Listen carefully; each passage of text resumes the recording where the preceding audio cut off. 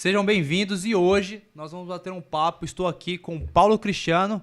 É isso mesmo, Paulo? Isso aí, Paulo Cristiano da Silva, não esqueço da Silva. Da Silva, muito importante. E hoje nós vamos fazer mais um papo aqui, já temos um outro vídeo falando sobre a esquerda, mas hoje nós vamos falar sobre o comunismo. Uma pergunta bem interessante, né? O comunismo, ele é uma religião? Ou melhor, o marxismo, ele é uma religião? Né? Porque, na verdade, o comunismo vai vir um fruto do marxismo. Então, hoje, nós vamos bater um papo aqui. Trouxemos alguns livros, né? Para não dizer que são baseados só na coisa da nossa cabeça. Então, baseado em algumas coisas, alguns estudos e muitos autores, nós vamos tratar desse tema, se o marxismo é uma religião. Então, seja bem-vindo, Paulo. Muito bom estar aqui com você mais uma vez para tratar desse tema bem interessante. Sei que é um tema que você gosta e estuda bastante. E aí vamos começar com a pergunta, né? Não vamos trazer muito spoiler, vamos aos poucos, né? A conta gotas aí. O marxismo, ele é uma religião? Ô Max, para a gente ver isso, para a gente analisar desse ponto de vista, primeiro a gente tem que verificar algumas coisas que estão por detrás disso aí.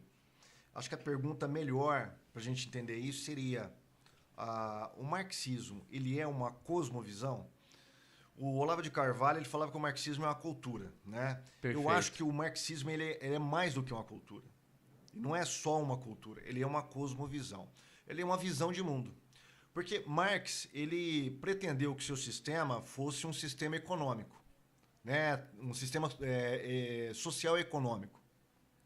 Só que ele propõe jeitos e práticas para o mundo que vai além do sistema econômico.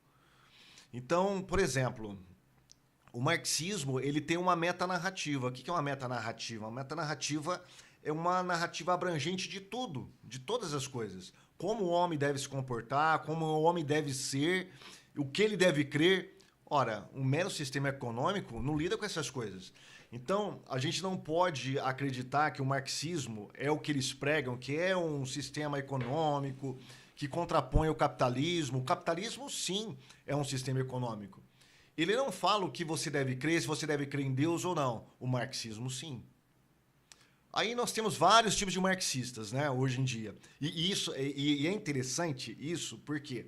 Porque quando a gente vai analisar a estrutura do marxismo, a gente percebe que é uma estrutura religiosa. Mas vamos no decorrer aí do podcast falar um pouquinho mais sobre isso e apresentar algumas bases do porquê nós consideramos o marxismo, na verdade, uma seita do cristianismo. Ele é uma religião secular.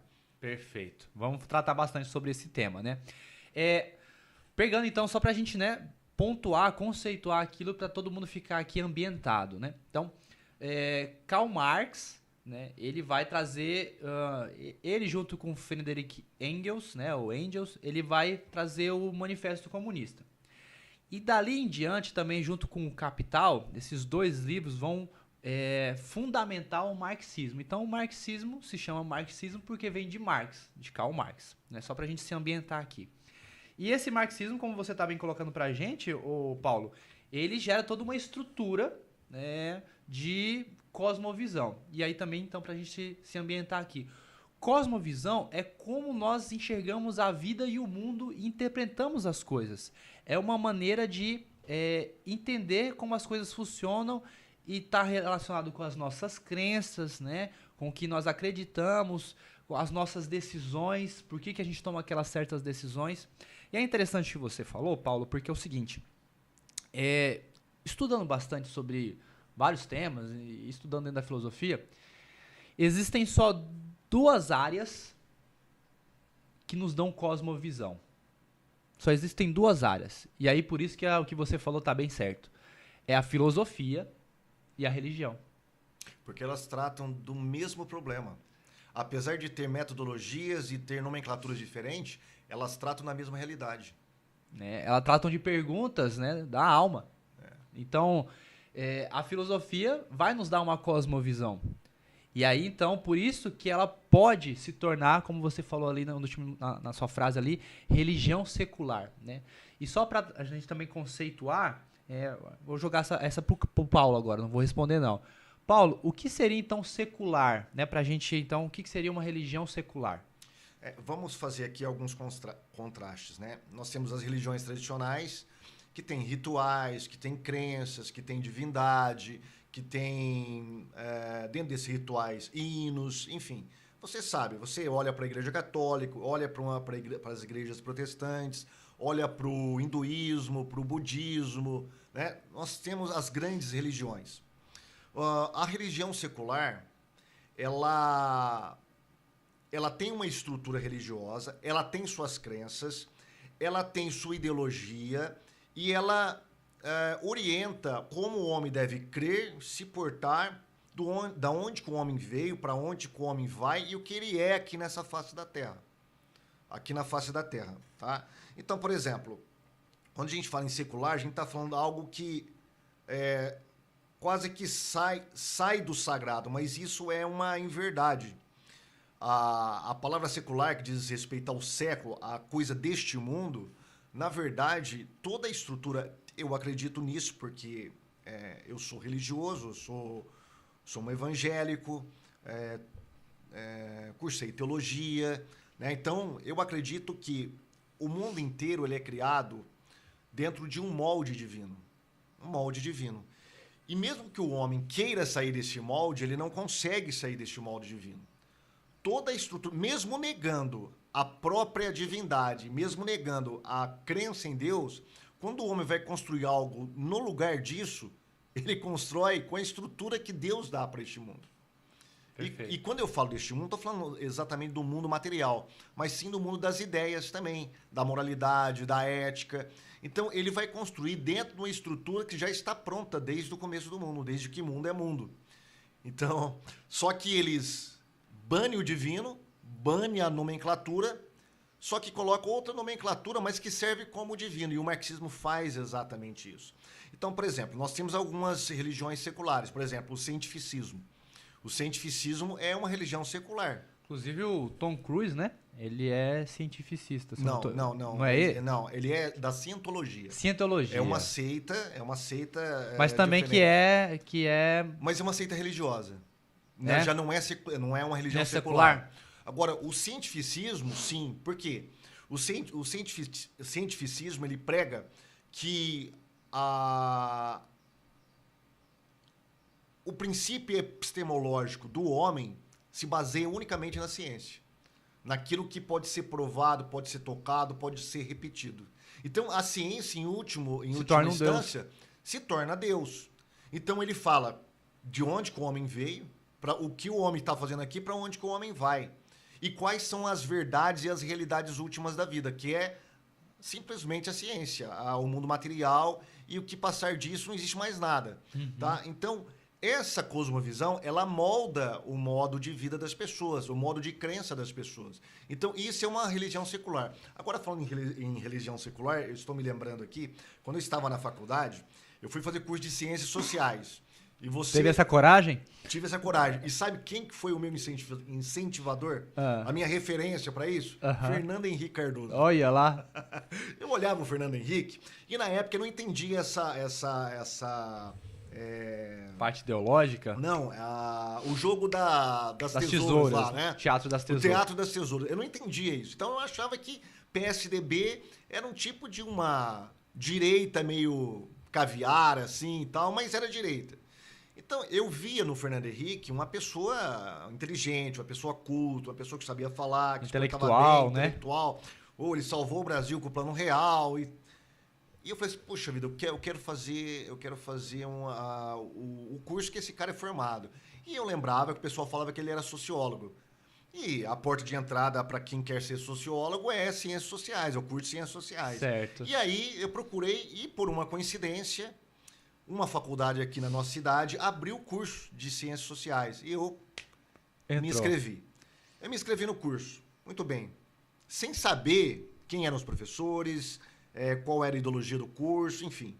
Eu estava achando que eu ia lidar com ciência até então. Lê do engano. Lê do engano, muito ingênuo.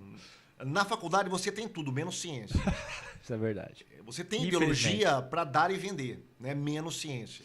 Menos pluralidade de ideias, né? Você não tem liberdade, na verdade, na faculdade. né? Não tem pluralidade, né? O que é universidade, a palavra, né? O princípio da universidade, que seria... Criado pelos filósofos, né, Platão, Exatamente. ali. Uma pluralidade na unidade, você não tem. Você tem, na verdade, uma ditadura de ideologias. Uma hegemonia total. Completa.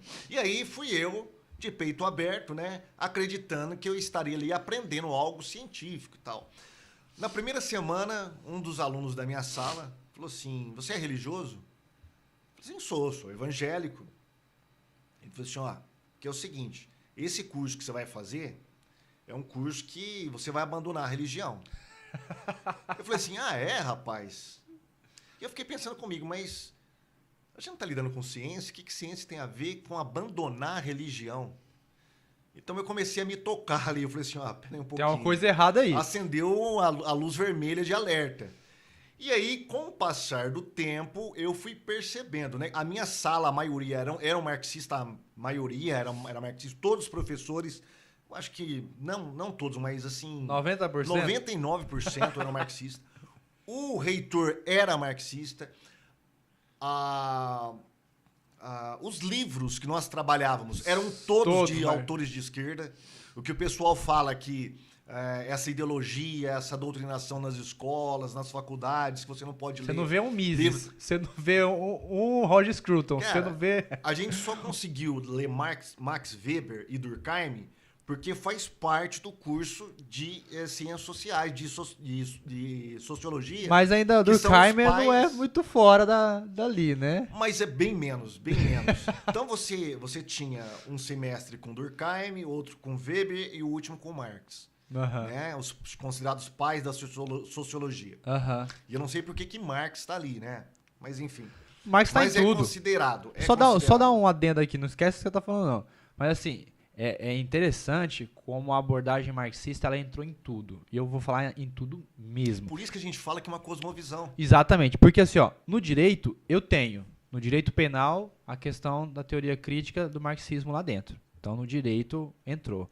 Eu tenho na sociologia o marxismo ali. Todas as áreas das ciências humanas, assim... Foi tomada. Tem um braço ali do marxismo de alguma maneira. Então, assim, é como eles... Não, coloca o marxismo ali. Na filosofia, claro, já estamos falando sobre isso, né? Então, muito o marxismo, ele tá como se fosse uma medusa aí, né? Com várias cabeças em várias áreas, sendo que ele... O ponto principal que você colocou, né? Uma filosofia econômica e tal. Então, poderíamos, talvez, falar sobre economia ou filosofia, mas não. Entrou sociologia... Por isso que você está falando, é uma cosmovisão. Mas continua lá, foi só esse adendo aí que...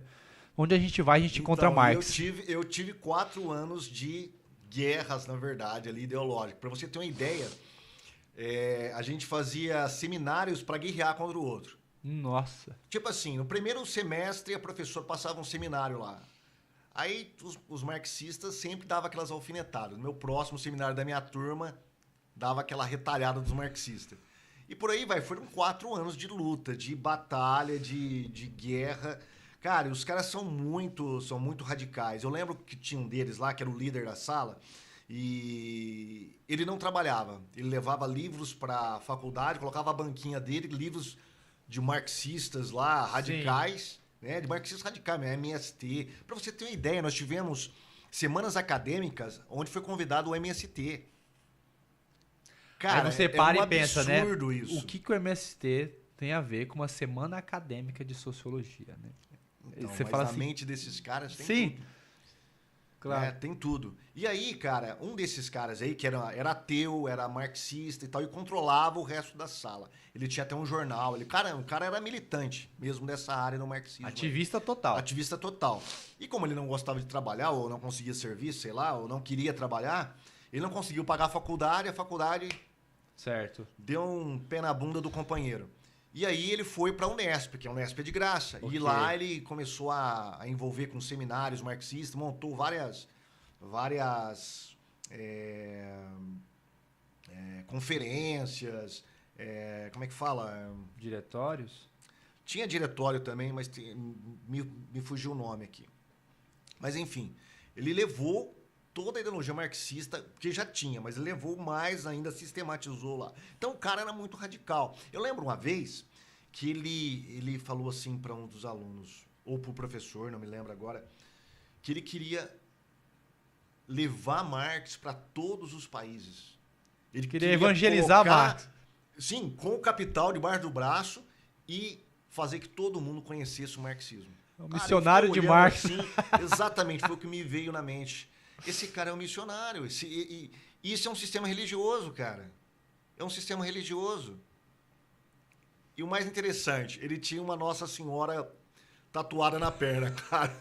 Como todo marxista ele é contraditório, esses caras são assim. Sim, né? sim. Ele era ateu, marxista e tinha uma tatuagem da Aparecida na perna. Mas enfim, e ali eu fui começando a estudar melhor o marxismo, comprar livros, não dependia mais dos professores, dos livros da faculdade, porque eram todos enviesados, livros de história, de sociologia, de filosofia, tudo convergia para a doutrinação marxista, cara. Não que eles falavam para você crer naquilo, mas, assim, de modo bem sutil, aquilo ia entrando na sua cabeça. Para você ter uma ideia, quando eu saí da faculdade, eu odiava o marxismo, cara. Eles conseguiram fazer eu virar um antimarxista. Esse cara conseguiu fazer eu virar um antimarxista. E mesmo assim, hoje eu percebo que durante 1 ano, 2 anos, eu pensava ainda com categorias da esquerda. Cara, é uma coisa maluca. E aí dá para você perceber o que isso faz na cabeça de jovens imaturos, né? Como o jovem Marx, como a gente vai ver aí. Jovens imaturos que não conhecem nada da vida, não tem nenhuma defesa de filosofia, de lógica, para entender onde há uma falácia, onde as coisas não funcionam, de pesquisa. E ali eu ainda eu continuava ainda a pensar com essas categorias. Depois eu fui percebendo, falei, pelo amor de Deus, eu tô vendo isso pelo prisma que eu aprendi na faculdade, não é assim. E aí eu fui conhecendo outros autores, fui estudando e fui deixando cada vez mais esse ranço marxista. A minha esposa, ela cursou a mesma faculdade que eu, mas em assistência social. Certo. Cara, ela já estava achando que Marx era assim, a última bolacha do pacote. Eu lembro uma vez que nós tivemos uma discussão feia em casa, mas feia mesmo, que ela achava que Marx não era tudo aquilo que falavam dele. Falei assim, minha filha, pera um pouquinho. Vem aqui. Pera lá um pouquinho. Fui lá, abri vários livros e comecei a falar o que era o marxismo para ela. Hoje, ela, graças a Deus, ela foi curada dessa doença. Mas é uma doença, cara. Se você entra de peito aberto, você vai achando aquilo lá maravilhoso. E quando você é jovem, pior ainda.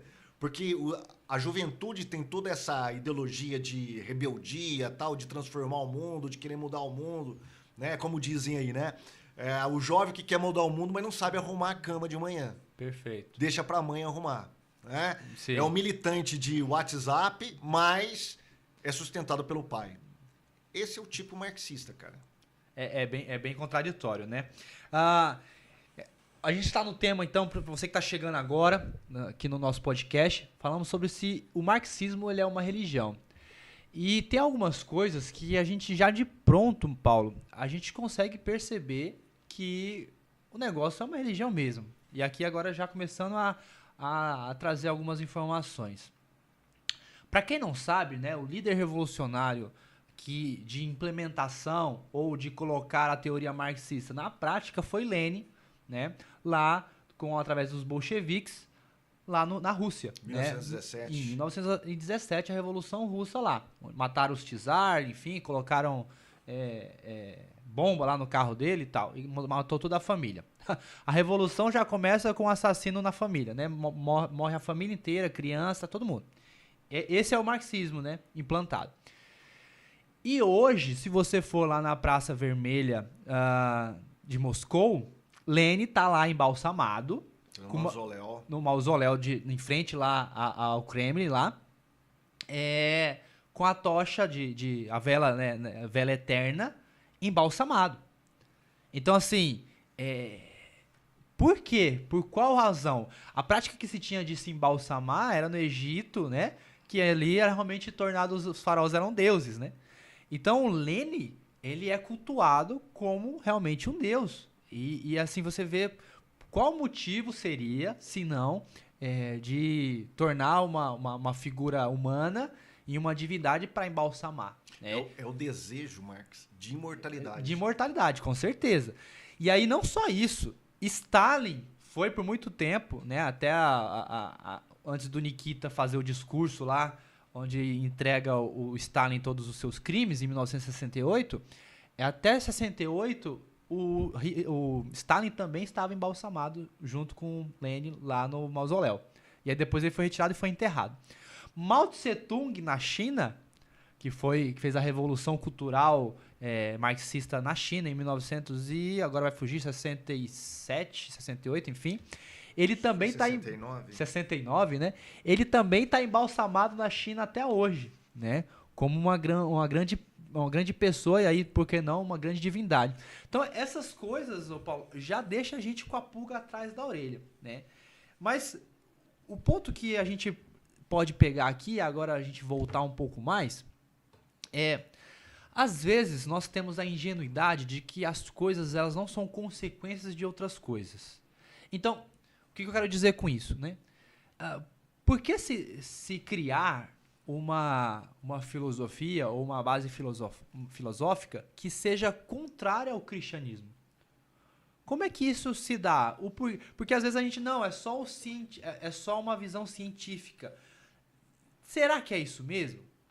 Fazendo aqui ainda a continuidade da minha provocação, o Roger Scruton, um filósofo, né, britânico, falecido, mas que é muito grandioso em suas obras e tudo mais, ele vai explicar bastante sobre muitas ideologias políticas, liberalismo, né, inclusive sobre o marxismo, e ele vai falar que o marxismo ele é a ideologia do ressentimento. Né? Ou seja, você está ressentido com o mundo, com os seus fracassos, né? Você com as suas frustrações, e realmente são coisas da vida. Às vezes você não consegue aquele emprego que você quer, às vezes você não consegue aquele carro que você quer, às vezes você não consegue aquela menina que você quer, ou aquele rapaz que você quer, enfim. Enfim, às vezes as coisas não são como você quer, e aí então vem o marxismo e fala assim, se você não tem, é porque eles tiraram de você. Então você tem que tomar. E esse mundo é muito injusto. E você tem que matar. Você só é pobre porque o outro é rico. Exatamente, né? E aí a gente tem aquela velha frase, né? De que os fins justificam os meios. Então a gente já tem uma retirada da moral. Então, por que eu estou falando isso, né? Citando Roger Scruton recentemente. Porque Marx, aqui a gente vai ver... Estou aqui com esse livro. Não sei se a gente enquadra aqui ou aqui. É um livro muito legal. Chama... Como pode falar? Não, pode falar. O Comunista Exposto, né? Em inglês chama The Naked Communist, que é comunista nu, né? Em inglês. E esse livro foi escrito por W. Cleon Skousen. Esse cara, ele foi do FBI por 10 anos nos Estados Unidos. A década de 60 até o final da década de 60, né? Ou seja, os 10 anos, 60 a 70, ele foi do FBI e ele foi colocado só para fazer o estudo da inteligência da KGB, comunismo, socialismo e tudo mais. Então, ele estudou toda a documentação e tentava captar os meios de ação do comunismo através da KGB. E aí, então, ele criou esse livro, que é um compilado de vários documentos. Inclusive, aqui no final é muita referência bibliográfica, né? Onde ele vai se pautar. Inclusive, assim, só um adendo aqui, né? Ele vai trazer documentos que são cartas que infiltrados da KGB dentro da Casa Branca mandavam para Moscou. Então ele tem essas cartas de agentes secretos A gente pensa que é só em filme, né? Mas realmente aconteceu. E o Skousen aqui coloca isso para nós. Mas além disso, ele vai tratar também do marxismo como a parte filosófica e tudo mais. Porque não tem como separar a política marxista ou esquerdista, o comunista, enfim, da parte filosófica, né? E aqui ele teve que se debruçar sobre a vida de Marx, né? Sobre como foi a infância, a juventude de Marx.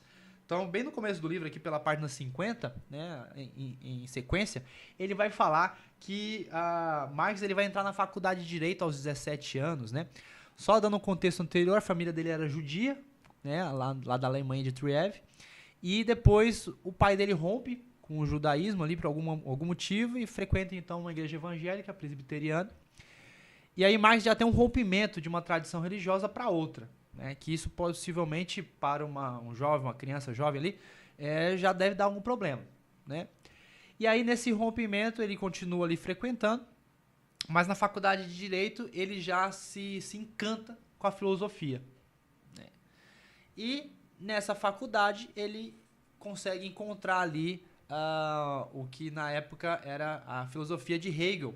Hegel era um contemporâneo ali, na verdade estava no finalmente, e aí tinha a escola hegeliana, que já era uma base esquerdista. E aqui então, só para a gente também, voltando, se ambientar, por que a gente fala esquerdismo ou marxismo?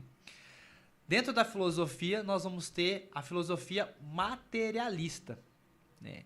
Então, os hegelianos eram esquerdistas porque a esquerda, filosoficamente falando, ela tem um conceito, um fundamento ou uma cosmovisão de que a perspectiva da vida e das respostas da vida, elas estão numa visão materialista do mundo, né? Ou seja, não há transcendente. Não há uma ontologia, ou seja, não há nada de uma perspectiva imaterial. Ou seja, o homem não tem alma, não existe Deus, não tem uma lei natural que rege o mundo, tudo é muito material, então materialista, né? E aí, quando ele entra para essa escola de Hegel, o que acontece? Ele é influenciado por vários artigos de hegelianos anticristãos. E por que eu digo anticristãos? Porque eles tinham artigos científicos, assim, científicos com muitas aspas, né? De que os evangelhos eram livros falsos, que Jesus Cristo nunca tinha existido. E aí só um ponto, né? Para quem não sabe, a parte história e arqueológica sobre a aparição, vivência e até ressurreição de Jesus Cristo, ela é totalmente fundamentada. Então, aí para quem quiser depois uma referência, existe um livro chamado O Caso de Cristo, ou The Case of Christ, que foi trazido para um filme, né, que é Em Defesa de Cristo, que é a história real, onde um jornalista do Washington Post, se eu não estou enganado, em 1977 ali, ele vai então investigar a veracidade de Jesus Cristo. E aí ele vai na ciência, ele vai na história, ele vai na arqueologia, ele vai em várias coisas. E não só ele hoje em dia, mas vários pontos, várias pessoas, até inclusive que não são cristãs, testificam da aparição, do ministério, enfim, dos evangelhos, de todas as coisas sobre Jesus Cristo, né? Então, voltando. Esses artigos dos hegelianos não eram cristãos, né? Atacavam firmemente. E Marx vai então se encantar com aquilo, vai ingressar na carreira acadêmica ali logo cedo. E aí, Paulo, eu acho que entra aquilo que você estava falando, né? Pessoa jovem, né, se encanta com uma visão de mundo que você é cooptado a ser um salvador, né? Então, na imaturidade que todos nós passamos, é uma fase da vida, facilmente a gente é cooptado em acreditar que nós somos capazes de mudar o mundo. Eu lembro quando eu estava na escola, tinha professor de filosofia. Cara, isso foi muito engraçado. E aí eu guardei meus livros e meus fichário, cara. Hoje ninguém sabe o que é mais isso, né? É verdade. Eu tinha meus fichários da escola e tal. E eu pegando o meu fichário lá, eu vi lá filosofia. Na última página assim, do fichário tinha um papelzinho que eu tinha colado, né? Que o professor tinha dado lá. Era uma frase de Marx, que é aquela frase, né? Não precisamos ou não importa entender o mundo. Que, né, os filósofos até agora passaram muito tempo tentando entender o mundo. O importante é modificá-lo. Transformá-lo, né? E olha que bonito. E até hoje eu entendo o que quer dizer aquela frase, né? A revolução, que tudo vale pela revolução, né? Mas muito bonito naquela época. Então, assim, é muito fácil você se encantar com a filosofia de mundo que vai trazer a igualdade, a justiça social. Só que isso é um embuste, uma falácia, porque atrás dessa igualdade, essa justiça social, tá toda uma arrogância, como eu já falei, um ressentimento envolvido. Tem muitas coisas envolvidas dentro disso aí que, na verdade, se justificam na prática de buscar essa justiça social. Então, passando aqui para o Paulo, Paulo, você acha então que essa influência que Marx teve já então na faculdade, tendo uma abordagem anticristã pelos seus companheiros ali de academia, né? Isso foi uma grande influência então filosófica e religiosa para ele? Sim, é interessante essa introdução que você fez, porque mostra um pouquinho da guinada que Marx deu. Ele começa como cristão, tem até cartas dele, poemas para Cristo, poemas bonitos, né? Que são atribuídos a ele na sua juventude. E depois, quando ele entra para a faculdade, ele absorve todas essas ideologias materialistas e o negócio já muda. Ele começa, então, agora a criticar a religião. É claro, ele recebeu várias influências de diversos autores. Dentre eles, por exemplo, Frederic Feuerbach, que era um grande ateu, ele dizia que não é o homem que criou Deus, mas Deus que criou o homem. Não foi Deus que criou o homem, mas o homem criou Deus à sua imagem e semelhança. Né? E isso aí fazia completamente sentido para aquele ambiente acadêmico ali, materialista e ateu. E Marx, ele absorve isso. A tese de doutorado dele é a diferença, você citou aí, a diferença entre as filosofias naturais de Demócrito e Epicuro. Certo. Né? Uhum. E ele escolhe Epicuro por quê? Epicuro, de certa forma, é um crítico da religião dos deuses gregos. Perfeito. E ele acha que os deuses atrapalham a vida do ser humano e tal. E ele, imbuído dessas ideias, começa então a ver que a religião, na verdade, ela era o grande ópio do povo, né? A grande frase dele, né? Sim, a religião eu ia ópio do citar povo. isso. Eu lembro agora, eu estava, acho que foi no começo deste mês, ou final do mês passado, estava vasculhando a internet e me deparei com um site de um canal de um jovem marxista. Eu não me lembro agora o nome do canal. E lá ele tinha vários vídeos react contra Brasil Paralelo tal, e tinha um vídeo contra um pastor que estava analisando um livro de um missionário que foi missionário, não sei se foi em Cuba ou foi na própria União Soviética, mas é um livro bem conhecido. Era Marx um satanista? Esse livro é bem conhecido. Sim. E lá ele fala que Marx ele se envolveu com misticismo, satanismo, e dá algumas provas. A parte fraca do livro é que tem poucas referências e tem algumas coisas que não batem. Mas o livro em si é muito bom. Porque existem outros autores, existem outras pesquisas que mostram que Marx, inclusive, ele produziu peças de teatro falando sobre o mal, sobre as trevas, sobre personagens mitológicos que é associado ao mal, às trevas, ao demônio. Enfim, ele estava imbuído de todas essas ideias religiosas, só que do outro lado, né? Interessante que tem aqui, eu fui pesquisar o doutorado dele e me deparei com um site marxista onde fala sobre o trabalho acadêmico de Marx. E eu separei aqui apenas uns trechos. Ele diz assim, olha, no trabalho calorosamente dedicado ao seu sogro e amigo Ludwig von Westphalen, sem muita modéstia, o jovem Karl Marx afirmou fazer uma abordagem original e resolver um problema até então insolúvel da história da filosofia grega. Olha, o cara se achava maior que os gregos. A bolacha do pacote, a última bolacha do pacote, cara. Veja bem a ideia megalomaníaca dos caras, né? Ele acha que ele vai conseguir. Até agora, ninguém conseguiu. Só ele. Agora ele vai conseguir solucionar aquilo que era insolúvel na filosofia. Mesmo depois de Platão, ter Aristóteles. São Tomás de Aquino. Não, os caras... Não, mas agora ele vai conseguir. Enfim. Ele compararia a visão dos pensadores promovendo uma nova conclusão. Segundo o biógrafo Michael Hendricks, provavelmente Marx teve Epicuro como tema por conta da crítica que esse tinha à religião.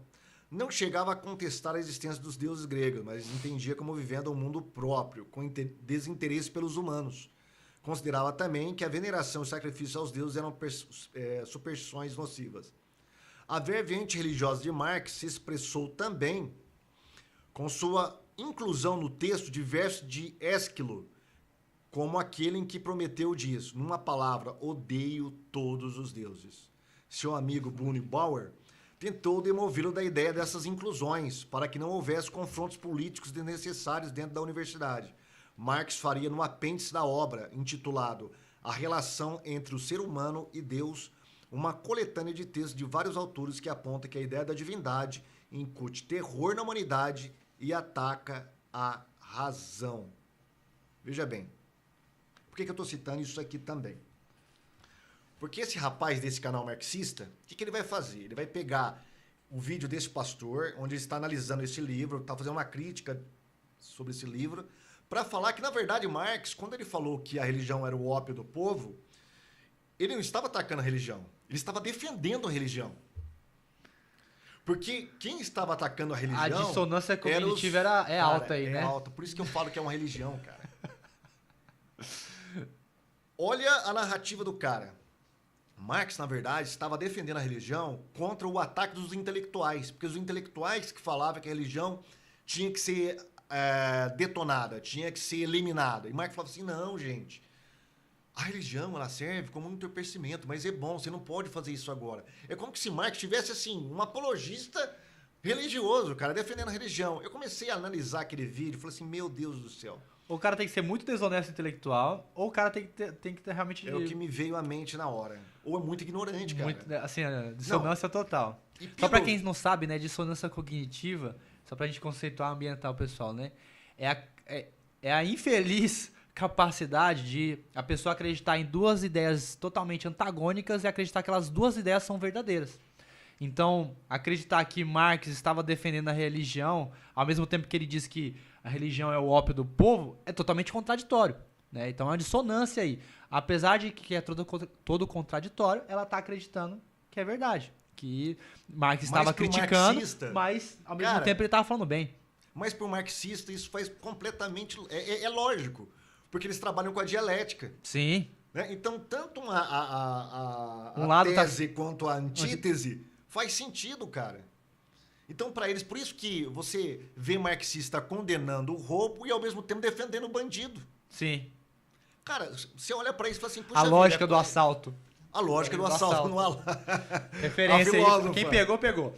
Exato, a filósofa. A filósofa. Ela, quem conhece, né? Quem conhece um pouquinho de contexto brasileiro aqui, de política brasileira... Tem uma lógica no assalto. Né? Que tem uma lógica no assalto. Então... essa é a lógica marxista. Então faz total sentido para eles. Você, ao mesmo tempo, achar que Marx estava contra a religião, mas, ao mesmo tempo, defendendo a religião. E quando você vai analisar e ver o contexto de um modo geral, você vê que ele está atacando a religião. Ali, quando ele diz que a religião é o ópio do povo, é que a religião ela entorpece. Ela aliena, né? Perdão. Esqueci de... Isso aí o Derek corta. Você estava falando, o Paulo, queria trazer um ponto aqui. É um ponto um pouco, vamos colocar assim, né? Nebuloso, né? Mas essa questão espiritual de Marx com o ocultismo / satanismo, né? Tem algumas coisas que deixam a gente aqui, pelo menos assim, é estranho. Deixa a gente pensando assim, pô, tem uma coisa aí estranha. Eu tenho alguns pontos, né? O primeiro ponto que eu gostaria de tratar, apesar de não ser marxista, eu já li o Manifesto Comunista 3 vezes. Né? Exatamente pela ânsia de entender e, ao entender, saber que está errado. Né? Porque você só vai conseguir saber a verdade quando você conhece a verdade. Então, tipo assim, vou ser bem mais claro e bem objetivo no próprio livro. Marx vai citar aqui, em inúmeros livros que a gente acabou trazendo hoje, né? Eu esqueci de trazer o Manifesto Comunista. Marx vai dizer, em um determinado momento do Manifesto Comunista, que a verdade absoluta existe, mas que para os comunistas ela precisa ser negada. Então, não sou eu que estou dizendo isso, o próprio Marx está dizendo isso no Manifesto Comunista. Ou seja, entende-se que há uma verdade absoluta, porém, para a aderência do comunismo ou aderência do marxismo, você precisa negá-la. Opa, então ele tem um conhecimento e está indo contra esse conhecimento. Beleza. O Manifesto Comunista, ele inicia dizendo uma frase bem interessante. Ele fala assim, o espectro comunista ronda a Europa. Acho que é isso, a Europa, ou, enfim, o Ocidente, eu não lembro. Mas o que é um espectro? Não seria um fantasma, um espírito? Né? Então, por que ele vai fazer uma abordagem materialista? Olha que interessante isso aqui. Eu acho que eu nunca ouvi falar sobre isso, mas é uma coisa que sempre batia na minha cabeça e hoje eu estou compartilhando aqui. Como é que ele vai falar de uma abordagem totalmente materialista e ele começa falando de um espectro? Ou seja, de algo imaterial que está rondando aquilo ali. Como se houvesse uma força rondando aquele ambiente. E aí a gente vai ver as revoluções ali na Europa, o quanto vai, né, descambar para o anarquismo, que é muito forte naquela época também, e o comunismo, né? Então, aí dentro do Manifesto Comunista, esses dois pontos. Questão da verdade absoluta e ele iniciar com esse espectro, né? Outros dois pontos. É intitulado a ele como autor um livro chamado Oulanum, né? Que aí há quem diga que é uma espécie de... quando eu esqueci o nome da palavra que diz, mas é quando você usa as mesmas letras de forma... Anagrama, né? Que seria aí uma espécie de anagrama de Emanuel, que é um dos nomes de Jesus Cristo. E aí, esse Oulanum é um livro de poemas, e muitos dos poemas, assim, é um livro pequeno, né? Um livro de poemas sempre, geralmente é pequeno, né? Então é um livro pequeno, se você pesquisar, você vai ver Oulanum, né? N-U-M final aí. E nesses poemas, um desses poemas é muito sinistro o poema, né? É ele falando, no poema, né, claro, de destronar Deus, né? Assim, uma das frases, né? E então, assim, peraí, tem alguma coisa estranha aí, né? Então, é dito que é de título dele, ele é autor daquele livro, e o livro trata de poemas nesse sentido, de destronar Deus, de um espectro. Ele também fala de espectro. Então você fala assim, poxa, faz sentido esse livro ser dele, ele começa o Manifesto Comunista falando de espectro e tal, lá. Na bibliografia da sua família, existe um livro que é da filha dele, uma das últimas filhas, porque ele teve 4 filhos que faleceram cedo, né? Por questão de insalubridade, fome e doença, né?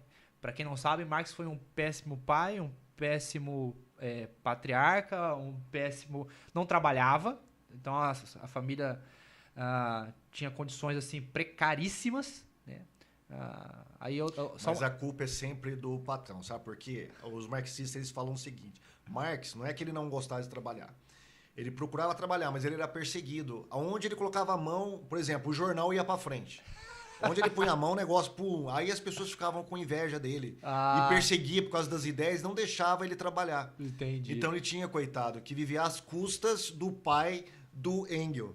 Pois que era empresário, que era industrial, sim, capitalista que sustentava as ideias socialistas dele. E as tabernas, né, que eles iam beber. Isso. Mas enfim, voltando.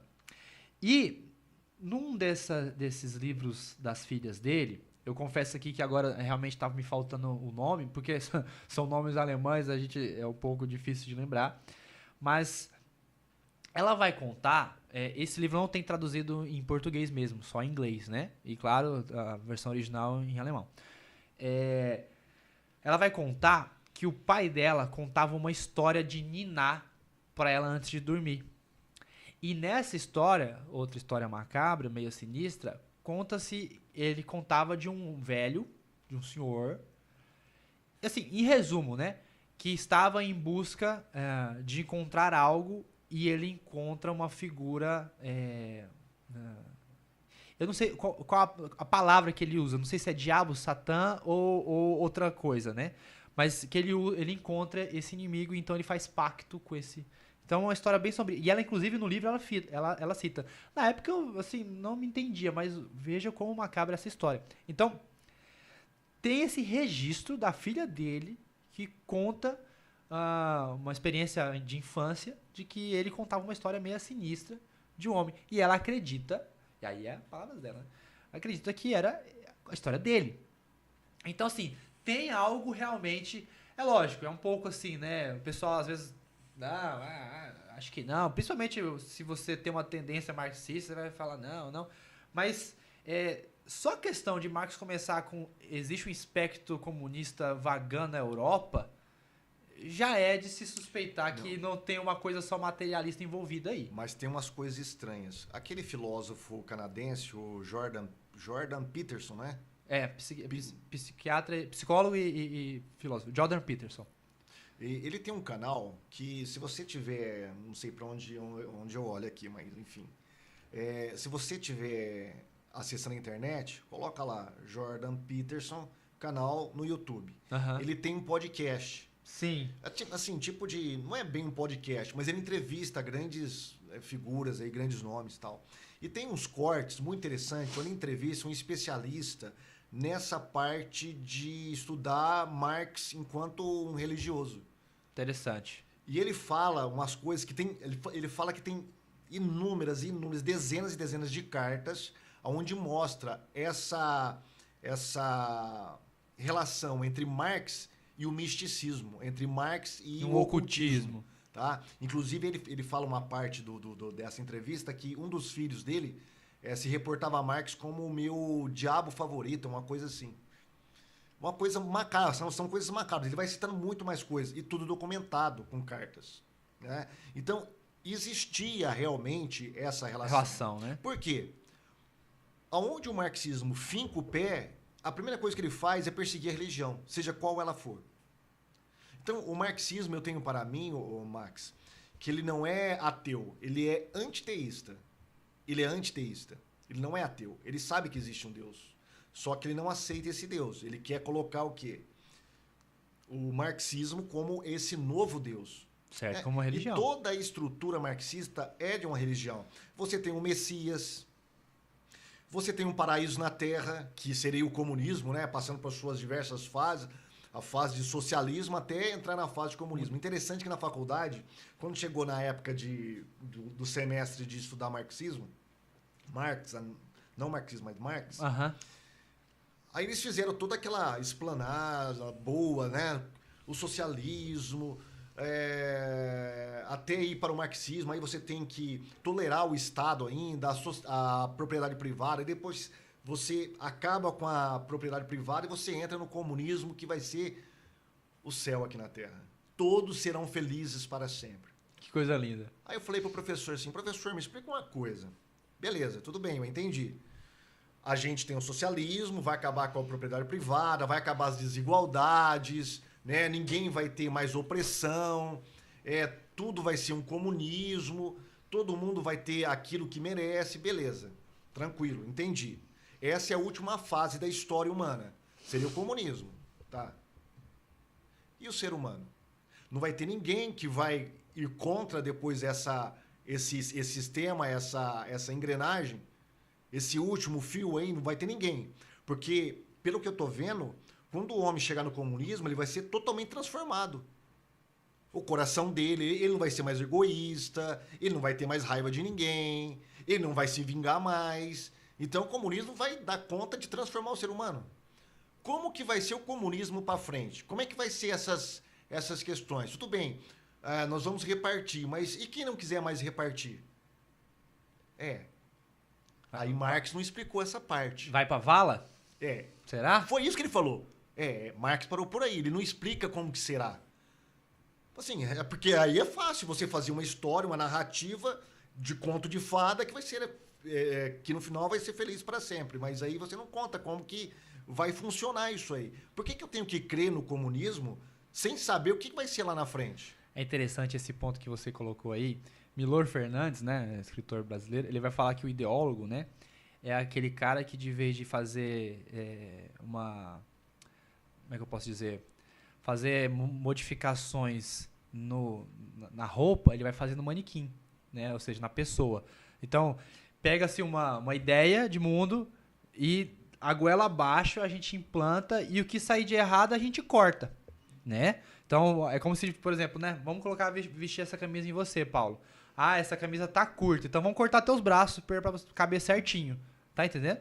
Então, é uma visão muito louca de tentar achar que o mundo todo e todas as complexidades humanas cabem dentro de uma perspectiva que nosso cérebro dá conta de resolver. É muito louco isso. Então, isso aí é uma outra explicação do que é a dissonância cognitiva. A dissonância cognitiva, ela é quando há um conflito entre a realidade e as suas crenças. E as suas crenças o que você também. tem que fazer? Você tem que consertar a sua crença para negar a realidade. Você tem que reafirmar aquilo. Reafirmar aquilo. Né? E isso é típico do sistema religioso. Aqui esse livro, Max. Marx não, pô. Esse livro é de um amigo meu. Legal. Você mostrou ali, mostra ali pro pessoal. Dragão Vermelho, o Marxismo à Luz da Bíblia. É um pastor evangélico, um amigo meu, muito estudioso. Já é o segundo deixa eu ver o nome dele aqui. Egnaldo Hélio de Souza, né? Egnaldo Hélio de Souza. É o segundo livro que ele escreve sobre esse tema. E no capítulo 3, ele vai tratar exclusivamente, página 151, exclusivamente sobre o marxismo como uma religião secular. E ele vai citar no começo desse capítulo, ele vai citar este livro aqui que você tem em mãos, Marx. O Max. Pessoal aí. É o do comunismo. O destino de uma religião política. Exato. Ele vai começar o capítulo 3 já com uma frase deste autor aí, o Vladimir Tismaniano. Isso, Romênio. Ele diz assim, olha, todos os grandes temas da religião cristã, a queda, a felicidade original, o reencontro, a expiação, o sujeito messiânico, se reencontram no mito histórico escatológico do marxismo. O marxismo ele tem uma escatologia onde... Só pra gente se ambientar, desculpa te... É porque às vezes a gente não... A gente já é comum, esses termos pra nós são comum, né? É muito bom explicar. Escatologia é o estudo do fim dos tempos, né? Então, por exemplo, quando você vai ler lá Apocalipse, que é o último livro da Bíblia, João tá revelando como é que vai ser o fim dos tempos. Então, escatologia é o estudo do fim das coisas, o fim dos tempos. Sim, exatamente. Ao contrário, por exemplo, das religiões orientais, que a história para as religiões orientais, a história e o tempo para as religiões orientais, ela é uma circunferência, um círculo, né? Que eles chamam de roda da vida, né? Que você nunca escapa dessa roda da vida, por isso a noção de reencarnação. Você sempre está voltando àquele ponto anterior, né? O ciclo sem fim, que nem diz. Isso. No cristianismo, na religião judaico-cristã, ela é retilínea. Ela tem um começo, ela tem um meio com Jesus e tem um final. Ela segue. Por mais que o final é eterno, é um final. Sim. Ela segue uma linha retilínea. Certo. O marxismo, o que ele vai pegar? Ele vai pegar essa estrutura cristã e vai, em cima dela, começar a moldar a sua ideologia, a sua religião. Então, para o marxismo tem também o começo, né? Tem todo um processo que você vai passar da época feudal, né? Através da luta de classes, vai chegar no capitalismo. O capitalismo será superado pelo socialismo e o socialismo terá uma transição até o comunismo. E aí vai ser aqui o paraíso na Terra. Inclusive a gente tem um livro Paraíso Perdido, né? Exatamente. Que aí vai tratar desse tema. E o Marx é esse Messias. Né? Esse Messias. O materialismo... É o Evangelho de Marx, né? Exatamente. Pode ser chamado de um evangelho mesmo. Aqui nesse livro ele vai falar uma coisa interessante também, que eu gostaria de trazer à tona, porque os marxistas gostam de falar, não, o nosso socialismo é utópico. Marx falava isso, né? Ah, sim. No Manifesto Comunista. Isso, no Manifesto Comunista que ele fala sobre isso. Na época era modinha essa palavra científico. Todo mundo queria ser científico. Por quê? Ainda é, né? O que prevalecia nessa época? Era a teoria positivista. Teoria positivista de Auguste Comte, ou Comte, como muitos falam, né? A teoria positivista ela tem essas etapas, né? Até chegar na fase científica, que seria a última fase ali, que seria a sociologia, tal, que seria a fase científica. Para quem não conhece esse autor, você não precisa conhecer, mas você conhece muito bem o lema que está na nossa bandeira Ordem nacional. E Progresso. Ordem e Progresso. Este é o lema do positivismo.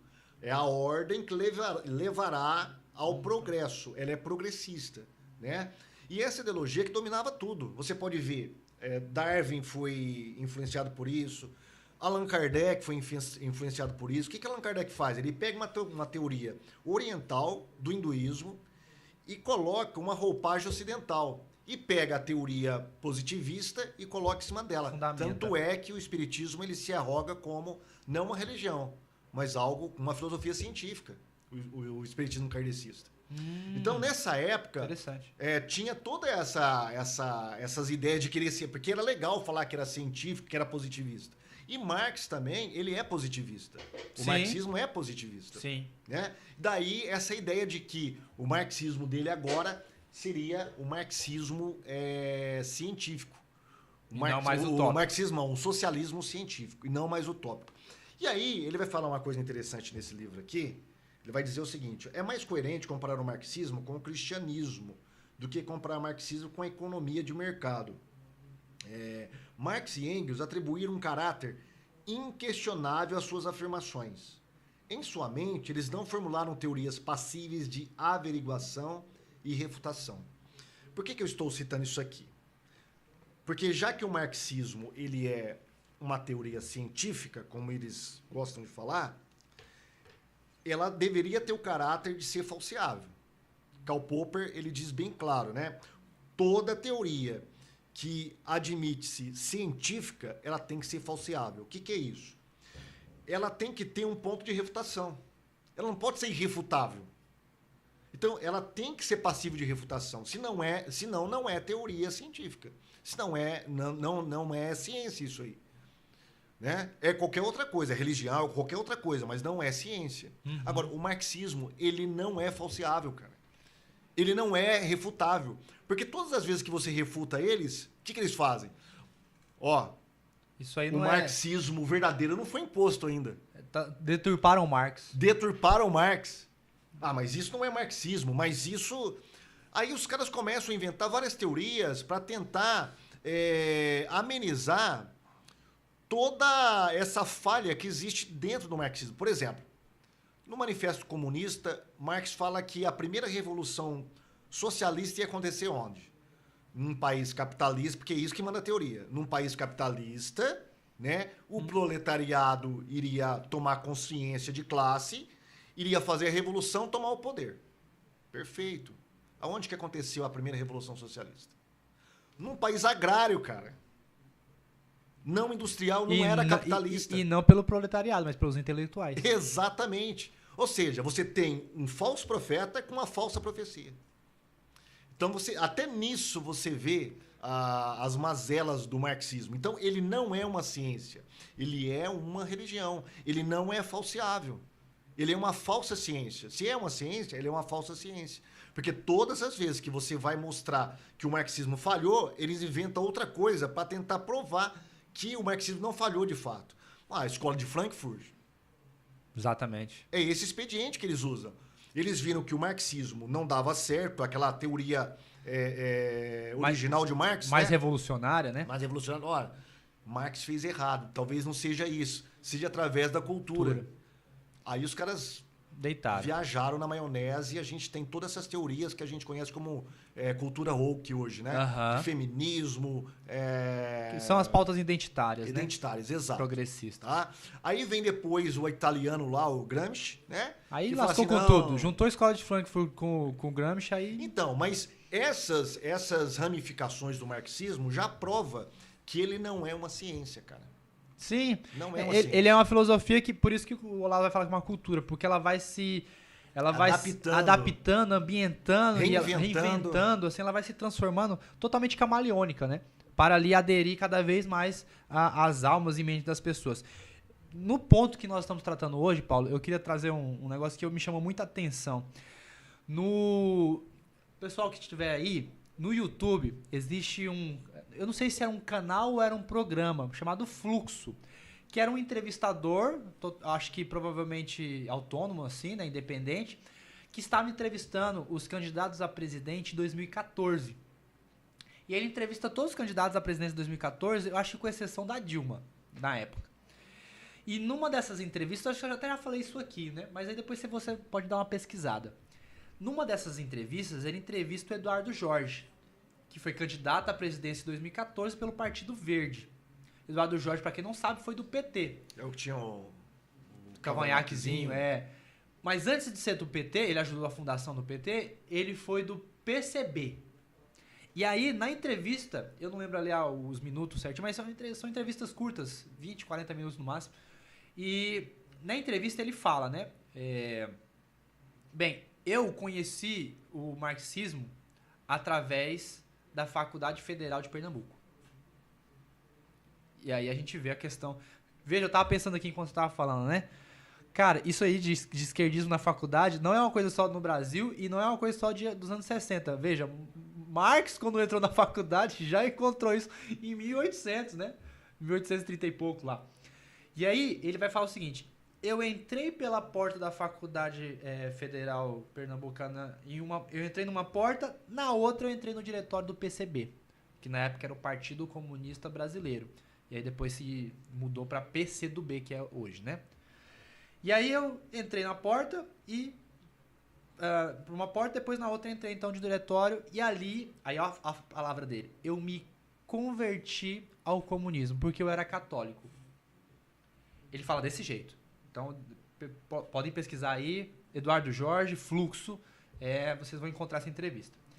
E aí ele falou assim, aí o entrevistador fala assim, então o comunismo... Ele fala rindo, o entrevistador. Então o comunismo é uma religião? Sim, é uma religião.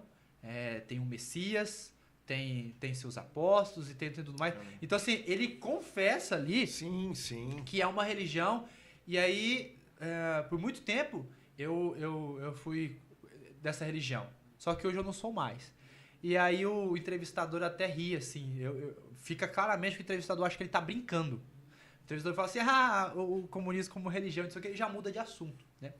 Mas... Veja, Eduardo Jorge ali, um comunista de carteirinha, que foi militante, participou de diversos pontos aí do comunismo no Brasil, ele confessa que realmente é uma religião e que ele se converteu.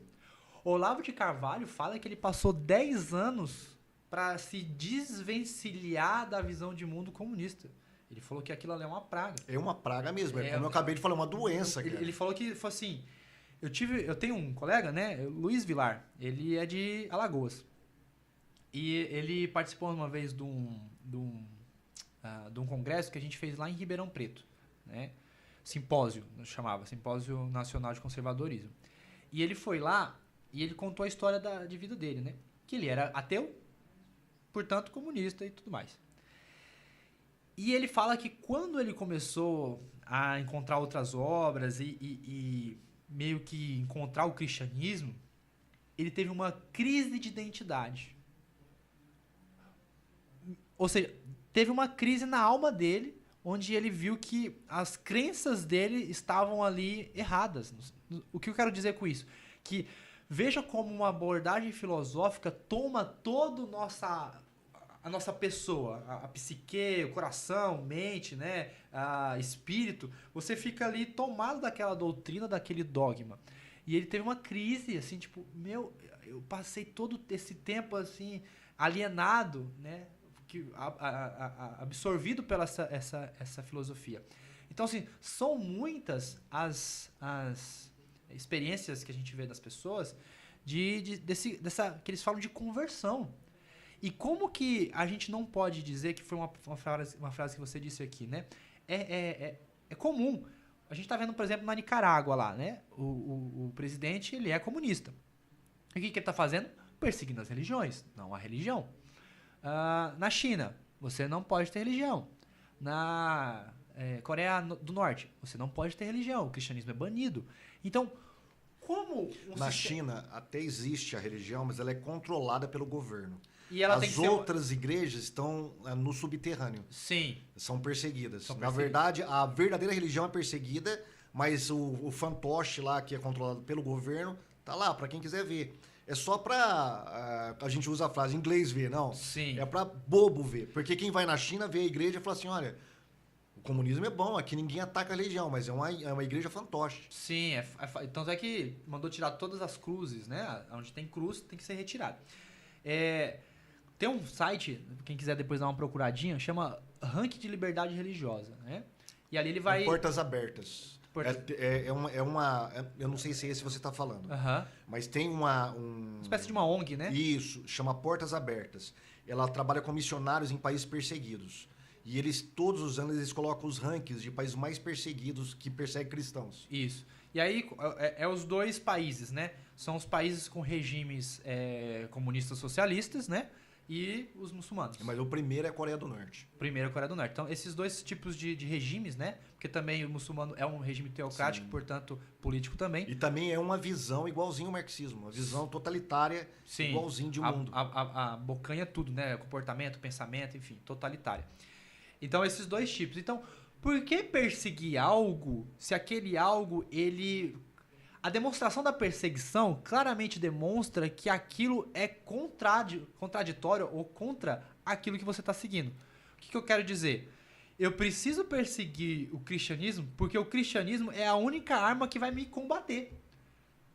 Então, claramente, eu estou declarando o meu inimigo. Portanto, É uma religião rival. Exatamente. Então, portanto, se eu estou declarando que esse é o meu maior inimigo, significa que esse maior inimigo é o que tem maior poder contra mim. Que eu não vou... aquela história, né? Junta aquela galera que vai te bater. Você vai bater em quem primeiro? No mais forte. Se derrubar o mais forte, os fracos correm, não é isso? Sim, é a lógica, né? Então, o comunismo é isso. Né? E veja, a visão do comunismo, ele vai... inclusive, aqui na... Não sei se eu vou achar aqui de pronto. Ele vai combater... O Skousen aqui, ele vai chamar...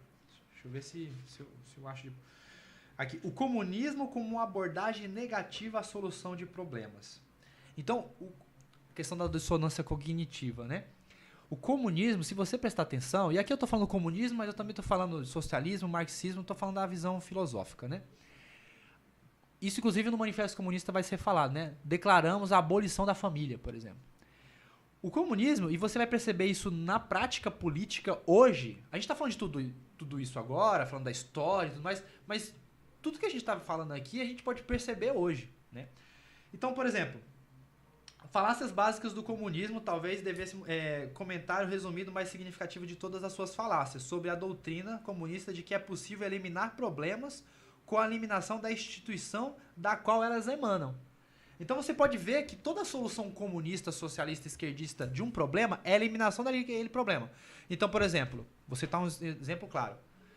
Aborto. Se coloca que o feto, a criança, é o problema. E como que a gente elimina esse problema? Matando a criança. Olha, vou colocar aqui a palavra, tá? Simples como a gente elimina esse problema. Sendo que o problema não foi, por exemplo, o problema pode ter sido um estupro, ok, mas o problema não é a criança, é o estupro. Então vamos combater os estupradores. Vamos fazer uma segurança melhor, vamos melhorar a segurança, vamos castrar o cara, vamos colocar o cara numa solitária, enfim, né? E aí ele continua. Vê, por exemplo, os problemas do governo. Marx e Engels resolveram esses problemas trabalhando para chegar o dia que pudessem eliminar o governo. Então, o Estado é um problema. Como é que a gente vai fazer para resolver o problema do Estado? Elimina ele. Né? Exatamente. Problemas resultam da religião. Como seria... Vamos fazer o quê? Elimina a religião. Problemas conjugais, domésticos e familiares seriam eliminados pela eliminação do casamento, lar e família. Problemas resultantes dos direitos e das propriedades seriam resolvidos impedindo a todos de possuir direitos de propriedade. O problema da equidade de salários seria resolvido pela abolição dos salários. Problemas ligados ao dinheiro, mercados e preços seriam resolvidos através da eliminação do dinheiro, dos mercados e preços. Problemas de concorrência na produção e distribuição seriam resolvidos proibindo a força da concorrência. Então, assim, como isso pode ser tão paradoxo? Né? É aquela história, né? A vaca tá doente por causa de um carrapato. Mata a vaca. Isso é totalmente impensável, mas às vezes a gente é cooptado por essa ideia. Ele continua. Enfim, resolveriam todos os problemas da sociedade moderna utilizando-se da revolução para destruir essa sociedade. Parece que o fantasma do comunismo, porque algumas traduções do Manifesto Comunista, de vez de falar espectro, fala fantasma, né? O fantasma do comunismo pode enganar-se enregar-se das entranhas da terra somente através das cinzas de tudo que hoje existe. Ou seja, ele vai falar que E aí eu fiz um link muito, muito interessante. A base fundamental de construção do comunismo é a destruição. E aí, então, a gente vê a arma de revolução é sempre uma arma de destruição. Por isso que o comunismo, em seu nascimento, ele sempre foi muito alinhado com o anarquismo. Porque o anarquismo também... Era uma coisa que eu não entendia. Porque o anarquismo vai pregar a destruição de tudo e que não tenha uma lógica igualitária nem nada disso. Eu falei, como é que o anarquismo vai se juntar com o comunismo? É esse entendimento filosófico de que a destruição de tudo vai nos levar a uma coisa nova, só que do comunismo para reinterpretar e tal. Dialética, né? É a dialética. Então, veja, e aí agora tendo uma visão mais espiritual, a gente sabe que a religião é o meio de que nós como homens, homens falando no ser humano, né? Para responder aquela ânsia de algo eterno, de algo além de nós, temos um Deus que nos criou. E aí então a gente olha como vai derrubando as coisas de Deus. Então não existe Deus. Religião é o ópio do povo. A família é acreditada que é a instituição criada por Deus. Adão e Eva e aí a sociedade. Não somos primatas, né? Não tem um primo macaco, não. Inclusive tem um livro do Marx, né, que ele fala isso a família sagrada. Não, eu uso esse termo aí, não sei se é dele, do Engels, ou dele sozinho, que ele fala do homem macaco ao trabalhador, uma coisa assim. Eu não me lembro agora, mas tem um livro tem alguma coisa de referência que fala sentido. sobre a questão de como que você transforma a natureza tal para produzir. Bem darwinista, né? É isso. Não, mas ele era darwinista. Sim. Poxa, ele chovia de elogios para Darwin. Por quê? Porque Darwin, segundo ele, provou na prática que existe a evolução. Sim. Né? E o Marx precisa dessa evolução. Dessa teoria, né? Para sustentar. Do homem revolucionário ali. E aí, só para pontuar e eu passar a bola para você, Paulo, e a gente acho que já está caminhando para o final, a família, então, é uma instituição que é criada por Deus, então vamos tirar. Inclusive, você me lembrou aqui, né? Tem um livro, esse sim é só do Engels, que chama Família Sagrada. E essa dinâmica, né, de oprimido e opressor que nasce com o esquerdismo / marxismo, comunismo, socialismo, ela é... Por que então, a gente respondendo aquela pergunta, por que o marxismo está em todos os lugares? Porque essa dinâmica de oprimido e opressor, ela pode ser colocada em todos os lugares. Na história, na filosofia, no direito. E aí, inclusive... Nossa, a gente vai lembrando de várias coisas. Existe um autor brasileiro que ele começou com aquela... o guia incorreto da história do Brasil, né? Aí tem da filosofia e tudo mais. É o Leandro Ruschel. Leandro Ruschel? Não. Leandro Narlock. Larnock, alguma coisa assim, Narlock, enfim.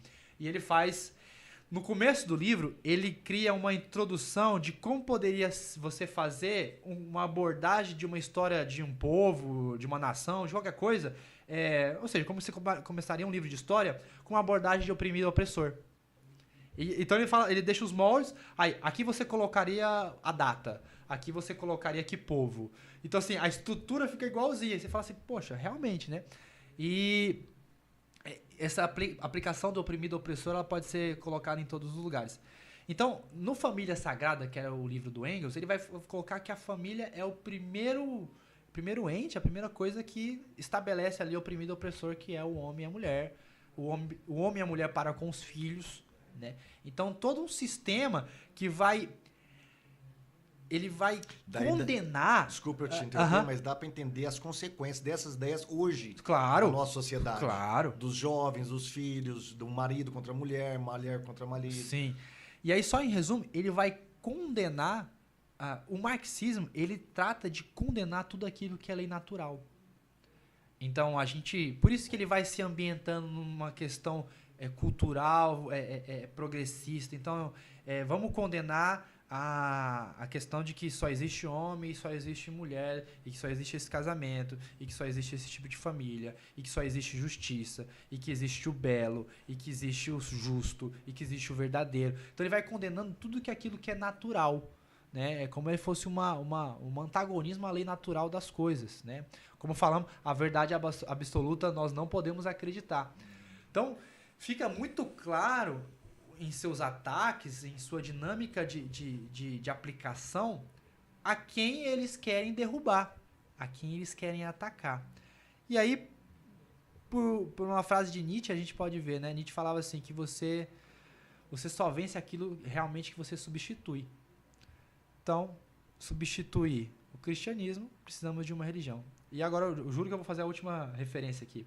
Existe um seriado da Netflix muito bom, deixa uma indicação aqui pro pessoal, chama 1983. É esse o número. 1983. No primeiro episódio aparece o livro caído no chão, 1984, de George Orwell, né? Em resumo, o seriado trata da Polônia, 20 anos depois de 1983, vivendo um regime democrático. Só que é uma implementação de um socialismo-comunismo às vias de China, hoje em dia. Então, eles estão em 2013. E aí, o que eu quero lembrar desse... Tem um determinado momento lá que... Inclusive, isso eu acho que em outro filme eu já vi, que é aquele filme da Angelina Jolie como diretora, que é Primeiro Mataram Meu Pai, que é baseado num livro da menina, real, que é a história do Camboja. Quando o Camboja foi implementado o comunismo, existe uma sobrevivente, ela escreveu um livro, First Killing My Father, ou seja, Primeiro Mataram Meu Pai, e a Angelina Jolie fez um filme baseado nesse livro. Acho que nesses dois referências cinematográficas, a gente tem uma frase que eu creio muito ser verdade, que eles usavam o termo graça, por exemplo, a gente fala assim, né? Tá tudo bem? Tá tudo bem, graças a Deus, né? A gente fala porque é como se fosse uma referência de gratidão mesmo, né? Da gente estar respirando, enfim, uma gratidão a Deus. E ele falava, graças ao Estado. Então, no 1983, tem uma hora lá que acontece alguma coisa na casa da mulher, e aí acaba dando certo. E ela fala, tá tudo bem graças ao Estado. Então, colocar o Estado como Deus mesmo, né? E aí a gente vê as fotografias, por exemplo, desses líderes, desses comunistas, como Coreia do Norte, China, você tem que ter um porta-retrato grande, destacado ali. Como se fosse um nicho católico. Como se fosse um oratório, né? É. Você tem ali um oratório ali, algo que você represente a um Deus. Então, todas essas coisas que nós estamos abordando aqui, né, Paulo, demonstram, assim, claramente que a gente não está tratando de uma mera filosofia, que a gente não está tratando de uma mera ideiazinha, que é boazinha, que é bonitinha. A gente está tratando de um sistema complexo de filosofia, cosmovisão, que quer tirar a religião cristã e colocar uma religião secular. Paulo, duas coisas. O que você queria ter abordado que a gente não abordou agora? E o segundo ponto. O que a gente pode fazer para se preparar ou para perceber quando a gente estiver sendo influenciado por essas religiões seculares, inclusive o marxismo? Então, a primeira coisa é expô-la, como diz esse livro aqui, né? Que você citou aqui, isso.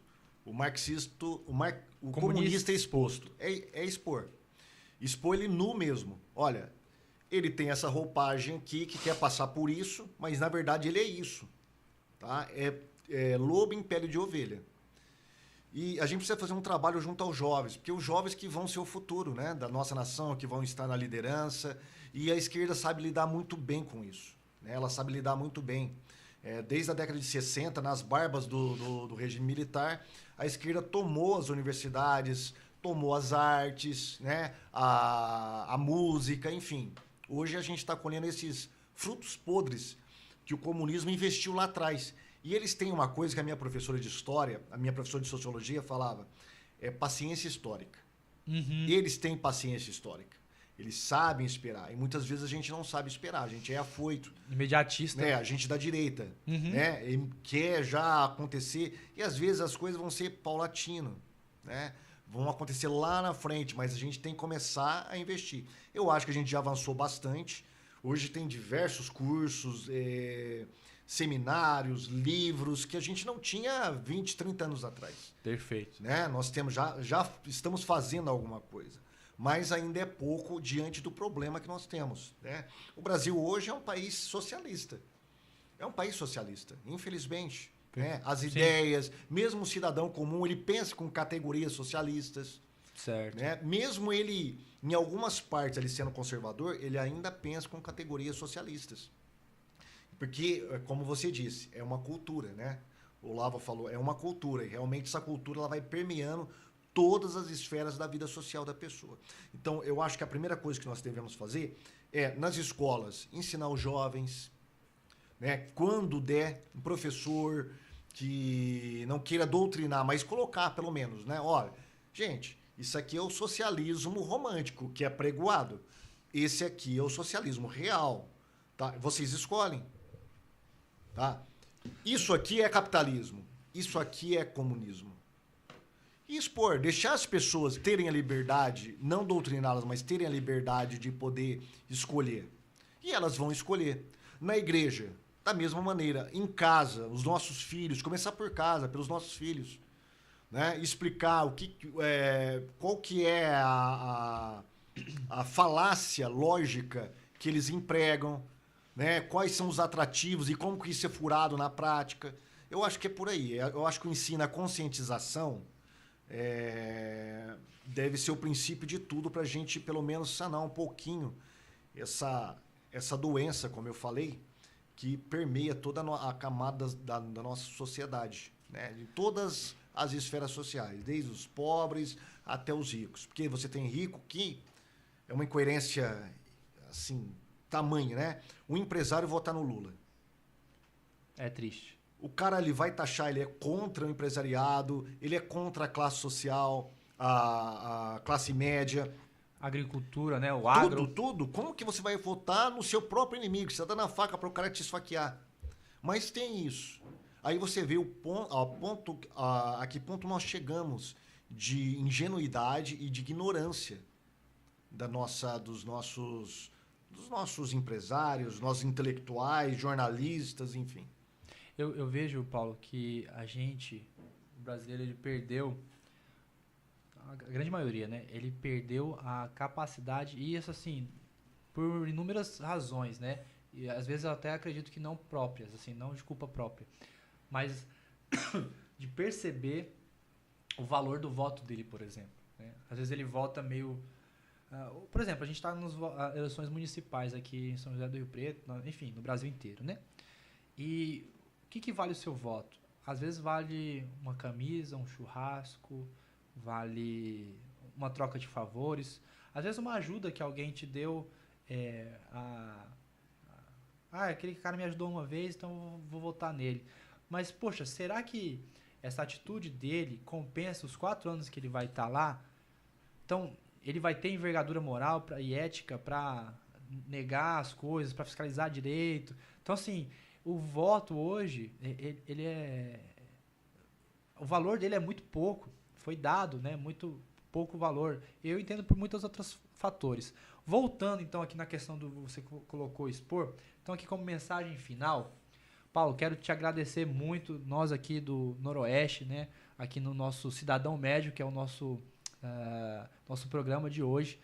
Agradecer pela sua participação, a sua riqueza de nos completar aqui com muito entendimento, conhecimento e passar para a gente. Já que você está falando de expor, minha mensagem final, hoje, talvez não se tenha o que eu vou dizer aqui, né? Mas a gente está vendo que facilmente o regime totalitário, aquele que ele quer tomar todas as tuas áreas, ele te persegue, ele quer te controlar. Hoje ele está te prendendo por você dizer algo contra algum líder, né? Teve uma cena que saiu no YouTube aí, enfim, nas redes sociais. Tava tendo uma passeata ou o Lula tava fazendo alguma coisa e alguém vai lá e xinga o Lula. E aí alguém do como é que chama? Sei lá, o serviço secreto do Brasil. O cara que fica ali fazendo a segurança do Lula. Documento do senhor. Ele xingou. Acontece no futebol, ele xingou o Lula de alguma coisa lá, não lembro agora. E aí, então, o segurança do Lula falou, identificação. Por quê? Porque xingou, ele vai identificar, vai multar, não pode? Então, olha o que você falou, nós vivemos hoje num regime. E aí, até quando, até onde mais isso vai dar? Vai pegar a identificação? Vai prender na hora? Mas o importante é que o ditador era o Bolsonaro. Isso que é importante saber. E aí a gente vê que a realidade não combina com a... Para finalizar, por que é importante nós estamos aqui fechando, né? Você que está com a gente até agora, ou vai chegar depois, enfim. Por que nós estamos falando disso? Porque é importante nós expormos essa filosofia que é tão bonitinha, parece um ursinho dentro das faculdades, das universidades, dentro da escola, mas que ela é a coisa mais sinistra, mais bizarra e mais horrenda, até mais que o nazismo, né? Aqui eu tô com esse livro, que é o Livro Negro do Comunismo, Crimes, Terror e Repressão. Esse livro, ele é um compilado que juntou-se 6 historiadores, entre eles historiadores comunistas, socialistas, né? Uns 2 ou 3 aqui eram, e por honestidade intelectual resolveram então trazer todos os documentos. Então aqui tem fotos, cartas, né? Aqui, ó, a morte é uma carta de Lucas, não sei o que, da NKD, que era um departamento da Rússia, enfim. Então, bastante documentação, por isso que o livro é grosso, né? Um livro denso. E ele já começa dizendo isso aqui, ó. Contudo, podemos estabelecer os números de um primeiro balanço, e esses números são oficiais. Não são números assim de achismo, são documentados, tá? Por número de óbito, enfim. Contudo, podemos estabelecer o número de um primeiro balanço que pretende ser somente uma aproximação mínima e que necessitaria ainda de uma maior precisão, mas que, de acordo com estimativas pessoais de uma dimensão da grandeza e permite sentir a gravidade do assunto. Então ele vai aqui, União Soviética, né, URSS, 20 milhões de mortos. China, 65 milhões de mortos. Vietnã, 1 milhão de mortos. Coreia do Norte, 2 milhões de mortos. Leste europeu, que foi por causa daquele, como é que ele chamava lá? A linha vermelha lá.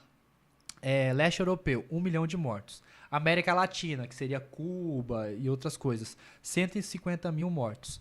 África, somando todos os países comunistas da África, 1,7 milhão de mortos, né? 1,7 milhões de mortos. Afeganistão, 1,5 milhões de mortos.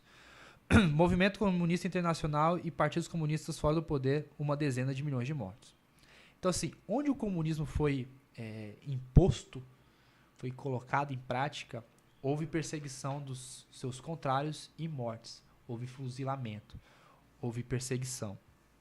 Então, é necessário que a gente entenda isso para que a gente possa combater essa filosofia macabra que toma todas as nossas áreas da vida social. Então, nosso muito obrigado por você estar aqui com a gente. Agradeço de novo aqui o Paulo por estar conosco.